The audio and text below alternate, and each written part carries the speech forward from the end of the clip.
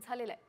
प्रेम प्रकरणातून सख्या चुलत भावाने बहिणीला डोंगरावरनं ढकलून तिची हत्या केल्याची धक्कादायक घटना संभाजीनगरमध्ये घडली होती।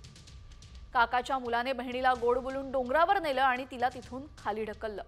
आणि ही घटना ताजी असतानाच कोल्हापुरात मामानं सख्या भाचीच्या लग्नातील जेवणामध्ये विष मिसळल्याचा प्रकार समोर आलेला आहे।